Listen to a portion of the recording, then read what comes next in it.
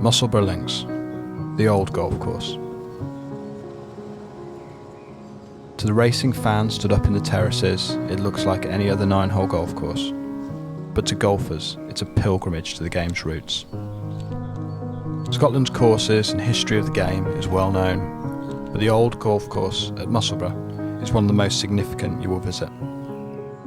With golf played as early as 1672, and fabled stories that Mary Queen of Scots played here in 1567, this is the oldest remaining golf course in the world. And whilst golf would almost certainly exist today without these hallowed grounds, the game we enjoy would be very different in a number of ways. Let's start with where all rounds end, the hole itself. Musselburgh is responsible for the seemingly arbitrary 4 1/4 inch size cup we play to.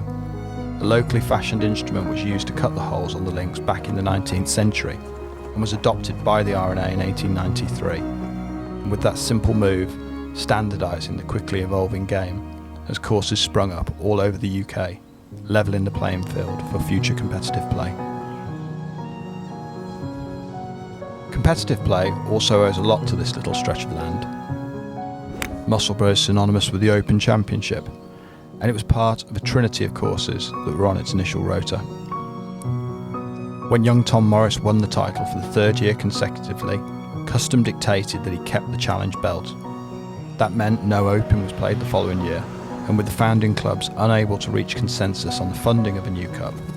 But in 1872, when the R&A, Prestwick and the Honourable Company of Edinburgh Golfers agreed to spend £30 on the new trophy, the Claret Jug as it would become known, the tournament began again, rotating annually across the 3 sites. In its day, Musselburgh produced an eclectic series of champion golfers. Bookended by the Park family who transcend the local town, Mungo Park, Willie Park Sr.'s brother, won Musselburgh's first Open Championship in 1874. And the last Open held here was won by Willie Park Jr., son of Sr. Park family were local heroes of Musselburgh.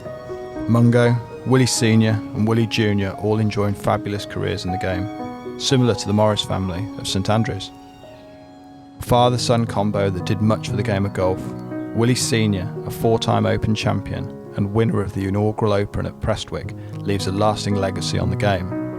And his son, Willie Jr., who would win the Open twice in his career, became a trailblazer in golf club design and would become one of the most influential course architects in history. His work at Sunningdale and Huntercombe elevating him to global fame. It's easy to see how a rivalry with the Morris family could evolve across the Firth of Forth, and there is no better testament to that than the exhibition match played at Musselburgh between Willie Park Sr. and Old Tom Morris. Old Tom, objecting to the undue partisanship on the part of the local supporters rooting for Willie, retired halfway through the match and sought refuge at Mrs. Foreman's, refusing to play on. Such was the intensity and hostility from the crowds. In fact, that's another thing you can thank Musselburgh for. Mrs. Foreman's was believed to be the first halfway house in the game. Now situated beyond the 4th green, competitors from the day enjoyed refreshments here during the game, and many a match should be arranged or wagered on inside these walls. The story of Musselburgh is not complete without the story of another of its Open winners. In 1886, David Brown, a roofer, was labouring away in the town when the championship was short of competitors. The secretary, keen to fill the field up, found David, knowing he could play, and lent him a pair of striped trousers, a coat and a hat, and persuaded him to participate. Of course, he went on to win. The clubs that occupied the links are also central to the story. Musselburgh was used by a number of different golf clubs, a shared site if you will, a model that still exists around Scotland today.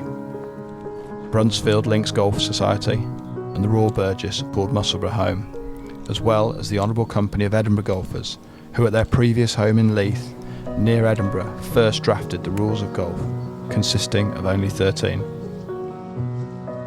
Unfortunately, the links became overcrowded, and in 1893 they moved home once again, and with that, their spot on the Open rota. securing a course of their own at the top of town in Gullen, a little place that would become known as Muirfield. The course itself is raw. It's original. It's how golf was, not what it should be. It's not long, or even 18 holes, but it's where it all began. It's an assortment of holes, arranged over different lengths, designed to be played with hickory equipment, where you realise the true meaning of the running game. It's an opportunity to forget your own score, to connect with the game's roots, and when you're there, don't forget to stop and wonder and thank Musselburgh, for without it, it wouldn't be the game we have today.